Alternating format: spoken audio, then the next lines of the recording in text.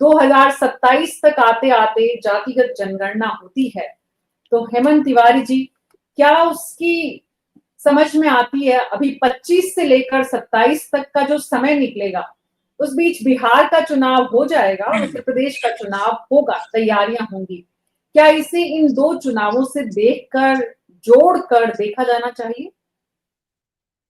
बिल्कुल देखा जाना चाहिए, और ये ऐसा निर्णय इस वक्त लिया गया है, उसका मतलब यही है।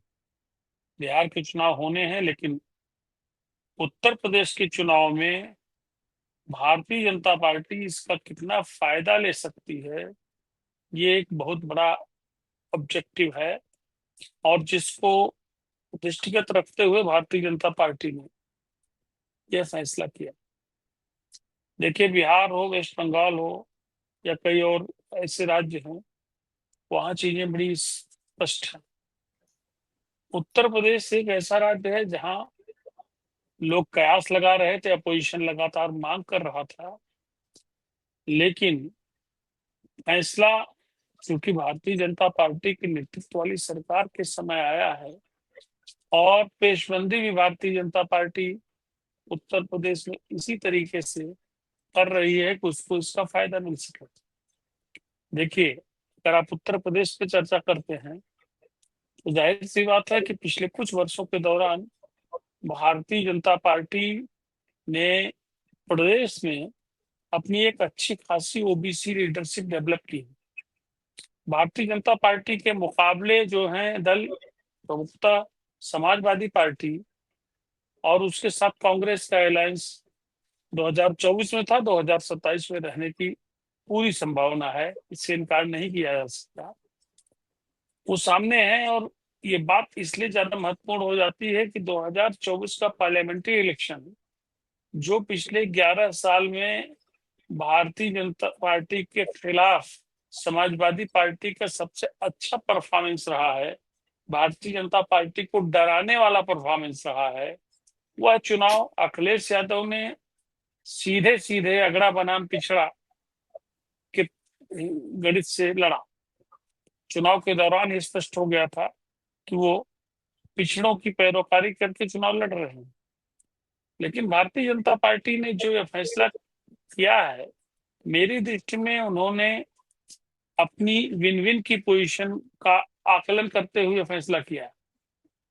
देखिए, 2014 के बाद से भारतीय जनता पार्टी को उत्तर प्रदेश में ओबीसी का व्यापक समर्थन मिला, और ये बहुत समझी सी बात है कि उत्तर प्रदेश में ओबीसी की आबादी 60% से ऊपर है, तो स्वाभाविक है कि इस बिरादरी में आने वाले लोग हमेशा चाहेंगे कि उनको प्रॉपर रिप्रेजेंटेशन मिले। उनकी जितनी संख्या है, जैसे एक जमाने में कांशीराम और मायावती का नारा हुआ करता था, जिसकी जितनी भागीदारी आ, उस क्या, मुझे लाइन नहीं याद आ रही, कासिम साहब बताएंगे। जिसकी जितना हिस्सेदारी है, उसको जिसकी जिसकी जितनी जितनी उसकी संख्या संख्या उतनी भारी भागीदारी, उसकी भारी जितनी उसकी उतनी भागीदारी। भागीदारी, हाँ हम्म जी। तो अब ओबीसी वर्ग ये भी सोचता है। जहां तक देखने की बात है, समाजवादी पार्टी को ओबीसी का अच्छा खासा वोट पिछले चुनाव में मिल गया था, क्योंकि उन्होंने उसी पॉलिसी के हिसाब से टिकट दिए थे, उसी हिसाब से कैंपेन किया था, उसी हिसाब से रणनीति बनाई थी। और पहली बार ओबीसी का एक बड़ा वर्ग भारतीय जनता पार्टी से टूटते दिखा 10 साल के कालावधि में। पर भारतीय जनता पार्टी के पास एक बात तो है, आप देखें, समाजवादी पार्टी के पास अगर आप अखिलेश यादव को छोड़ दें, तो ओबीसी की लीडरशिप कहाँ है? अगर आप चीफ मिनिस्टर का चेहरा सामने रखकर चले, तो अखिलेश यादव के अलावा और कौन नेता है? अखिलेश यादव के बाद बात होती, शिवपाल यादव की बात होती है। दोनों लोग एक बिरादरी से आते हैं, एक जात से आते हैं, ओबीसी में जो यादव जाति है वहां से आते हैं।